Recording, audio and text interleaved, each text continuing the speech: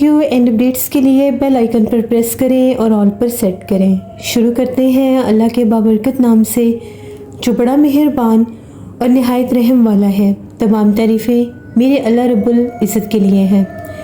خوفناک کہانیوں کے معزز ناظرین کو میری طرف سے السلام علیکم۔ امید کرتی ہوں آپ سب لوگ خیریت سے ہوں گے، جہاں ہوں گے خوش ہوں گے۔ ہر روز کی طرح آج بھی آپ لوگوں کے لیے بہت ڈرامنی کہانیاں لائی ہوں جنہیں آپ لوگ بہت پسند کریں گے۔ آج کی پہلی خوفناک کہانی ملک امجد شیئر کر رہے ہیں۔ امجد کہتے ہیں، ہم لوگ ہزارہ گاؤں کے رہنے والے ہیں۔ آج آپ کے ساتھ اپنے گاؤں کی ایک بڑی مشہور اور پرانی کہانی شیئر کرنا چاہتا ہوں۔ دراصل یہ کہانی تب کی ہے جب میرے والد صاحب بالکل نوجوان تھے۔ تو وہ بتاتے ہیں کہ ان کے گاؤں میں ایک پچھل پیری چڑیل کا بسیرا تھا۔ وہ ایک پیپل کے درخت پر رہتی تھی۔